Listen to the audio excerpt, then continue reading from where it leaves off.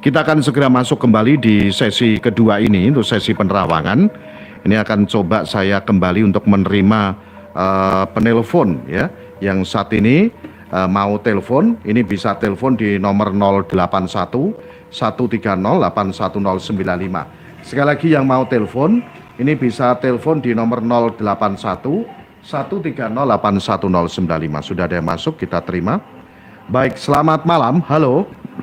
Halo, selamat malam. Selamat malam, dengan siapa di mana? Saya dari Indra di Jakarta. Mas Indra di Jakarta. Baik, silakan Mas Indra, langsung kepada Master Soleh. Iya, Master. Ya, silakan. Saya mau tanya ini, Master. Orang tua saya kan dulu kita yang bebas aja ya ngomongnya ya. Orang tua saya dulu pernah pesugihan, ya kan? Pernah pesugihan. Orang tua saya dua-duanya. Cuman kalau setiap malam Jumat Kliwon itu kan setiap malam itu kan dia ritual pakai nampan dikasihin bunga sama dupa. Terus udah selesai, saya udah gede, meninggal. Maksudnya Orang tua kan dua-duanya sudah meninggal, Mas Indra. Gimana? Dua-duanya orang tuanya sudah meninggal.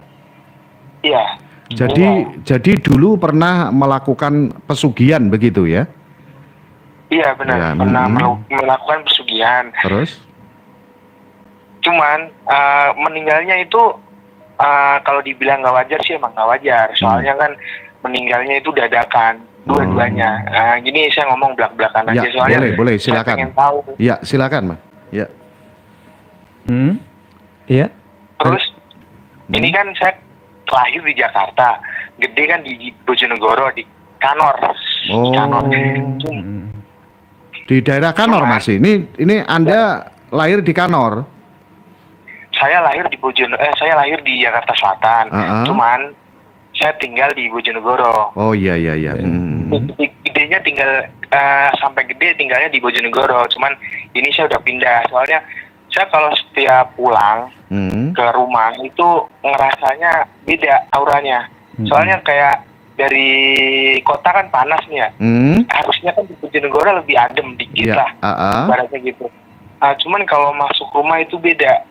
Bedanya. Sama setiap malam itu bayangan kayak dari belakang sering lewat. Ya, sebelumnya nih Mas, untuk pesugihannya itu berada di Bojonegoro atau di Jakarta itu? Bojonegoro. Oh, di Bojonegoro. Cuman usahanya ada di Jakarta. Oh, berarti gitu, ya. Anda pulang ke Bojonegoro, rumah yang pernah digunakan untuk pesugihan itu tadi? Iya. Oh iya, dilanjut. Itu dia kan kalau ritual kan lagi pakai nampan kan ya. Itu baunya kan harusnya kan keluar dia. Soalnya kan asap kan ya. Ini saya coba keluar, itu nggak ada bau sama sekali. Dan saya masih ingat setiap malam Jumat Kliwon itu, saya malamnya selalu dengerin jimat. Itu kalau nggak salah 2013-2012. Iya. Ini Mas, untuk pesugihannya sejenis apa? Ini bisa cerita ini Mas? Kalau pesugihannya yang pernah saya tahu, dia ngambil dari gunung. Tapi itu bukan orang tua yang laki-laki, itu bukan orang tua kandung ya. Oh, sambung berarti orang tua kandung di Jakarta. Tapi orang tua tiri yang laki-laki, yang ayah yang laki-laki itu yang pesugihan. Oh, begitu. Ya, jadi ayah sambung ini ya. Iya, kalau orangnya dari Rembang, dia kan emang orang agak gimana ya, hitam gitu ya. Soalnya dia kalau setiap ke Bojonegoro selalu bawa keris lah, segala macem lah. Jadi iya. emang dibilang orang pintar sih enggak juga, soalnya kan enggak terkenal juga. Jadi ya. Terus? Jadi yang saya tanyain, setiap saya pulang ke Bojonegoro itu auranya beda. Terus sering ada bayangan. Dan anak saya yang kecil itu selalu nangis kalau lagi di dalam kamar, yang dulu pernah kan dulu kan pernah dikerein tuh. Kalau di Bojonegoro namanya pokoknya dikerein, dipisah gitu kan, disekat biar nggak boleh masuk siapa-siapa kan. Kalau itu kan iya, iya. di kamar. Kalau anak saya di kamar itu selalu nangis. Berarti rumah yang di Kanor itu Anda tempatin sekeluarga ya Mas ya? Atau ada saudara lain? Saya, anak saya sama bini saya doang. Untuk yang bapak tiri Anda itu juga mempunyai anak atau bawa anak Mas? Kalau anak sih, jadi saya ada saudara tapi beda bapak. Itu doang. Berarti yang dari itu. Dari bapak itu yang ya? itu. Untuk sekarang ini kondisi si anaknya termasuk Anda dan saudara Anda itu nggak ada gejala hal-hal aneh dan sebagainya Mas? Kalau di Jakarta sini nggak pernah sama sekali, tapi kalau di Bojonegoro ekonomi, mulai dari ekonomi, mulai dari penyakit Buya, bukan penyakit serius ya maksudnya. Sering sakit gitu. Adalah penyakit, terus apes itu nggak ada berhentinya, nggak ada sama sekali. Sebelumnya Mas Indra sebelumnya dulu waktu bapak tirinya melakukan pesugihan, Anda masih kecil ya, umur berapa itu? Kira-kira saya umur 13-an. 13-an tahun. Iya. Nah, dalam waktu melakukan pesugihan itu Mas Indra pernah nggak mengalami sesuatu yang ganjil atau mungkin yang kejadian yang luar biasa gitu kan? Pernah. Saya kan kalau lagi ritual, saya sama ibu saya kan di kamar. Itu kan saya kan dengerin jimat. Emang hobinya dengerin jimat sama ibu saya kan setiap malam kliwon itu. Iya. Terus pas waktu lagi ketiduran itu, badan tuh serasa kayak diangkat. Itu setengah sadar, setengah enggak. Setengah sadar, setengah enggak. Untuk anak-anaknya sendiri, saudara sendiri ataupun anak-anak yang lain, saudara Anda, apakah ada yang ada yang keluarga ataupun anak yang meninggal, Mas? Anak yang meninggal ada 4, Pak. Ada 4, Mas. Terus yang hidup itu cuma 1 doang. Jadi adik saya tiri itu doang. Jadi saya cuma berdua doang nih, dua saudara doang. Berarti anak yang meninggal sudah 4, Mas ya? Iya, yang duanya itu udah lahir, cuman meninggal. Yang 2-nya lagi keguguran, tapi kegugurannya tuh udah menjelang 7 bulan lebih. Kalau udah 7 bulan ini meninggal. Terus yang masih hidup terus meninggal itu setiap dikasih ASI itu udah nggak ada. Ini saya cerita belak-belakan aja ya, emang nyatanya gitu. Jadi berarti anaknya yang sudah dibawa meninggal itu ada 4 meninggal kecil semuanya, Mas ya? Iya, kecil semuanya. Jadi yang 2 itu udah lahir tapi meninggal, dikasih susu ibunya meninggal. Yang kedua itu keguguran. Untuk Anda, keluarga Anda sendiri sekarang? Alhamdulillah. Sekarang kalau saya pindah di sini ekonomi lancar, semuanya lancar, apes pun jarang. Bukannya nggak ada apes tapi jarang. Alhamdulillah sehat semuanya. Terus yang mau Anda uraikan, tanyakan dan sebagainya? Iya, saya kalau lagi di Bojonegoro itu auranya tuh beda. Terus kalau setiap di Bojonegoro tuh setiap malam itu sering ada bayangan lewat. Kayaknya itu bukan halusinasi, soalnya itu jelas banget bayangannya. Seperti nyata soalnya. Jadi itu Anda penasaran itu sebenarnya apa dan sebagainya gitu, Mas ya? Iya, saya penasaran soalnya ya emang dulu sampai sekarang sih, dulu kan ada pageran pojok setiap rumah itu ada, setiap pojokan rumah itu ada kain kafan terus dikasih minyak. Itu ada 4 muterin rumah kan. Itu udah pernah saya copot, udah pernah saya buang.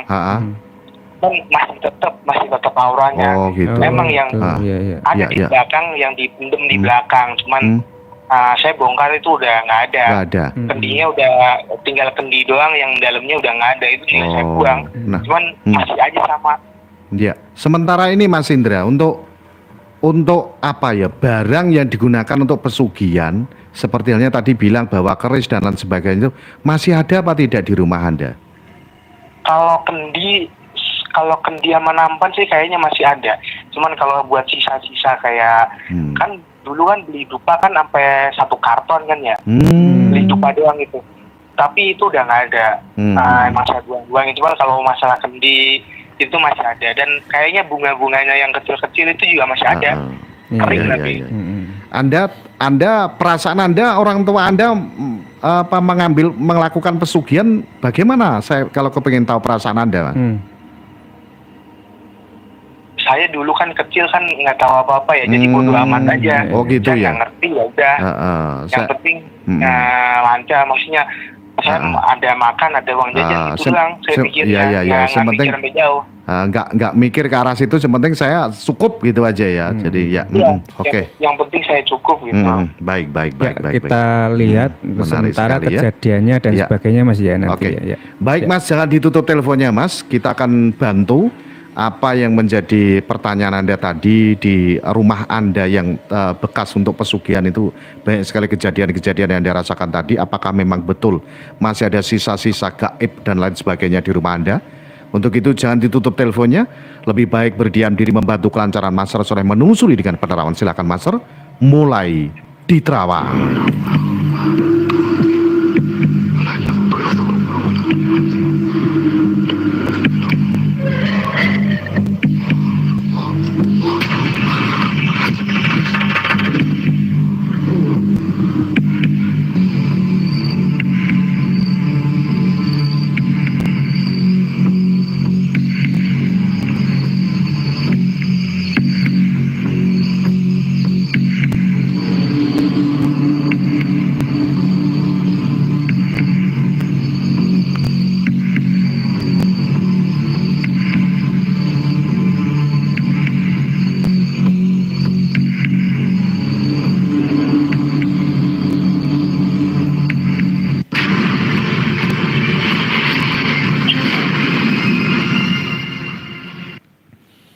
Ya, halo untuk Masnya.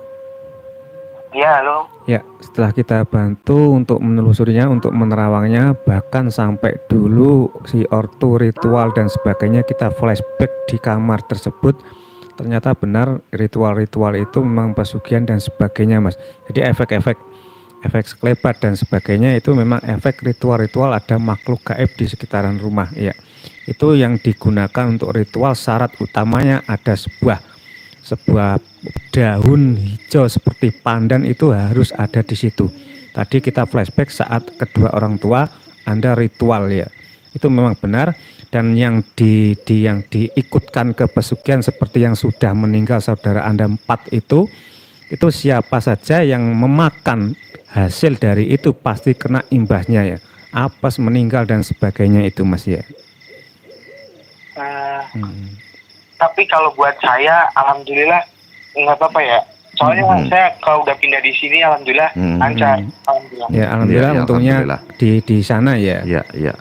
Jadi mungkin gini Mas, mungkin kalau mungkin Anda pulang ke Bojonegoro bisa datang ke radio untuk bisa lebih apa ya, intens untuk kita berbincang gitu Mas. Iya.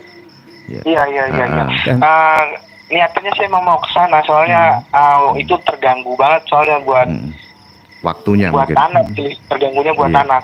Dan kalau ada saudara Anda bisa diajak sekaligus ke sini Mas ya.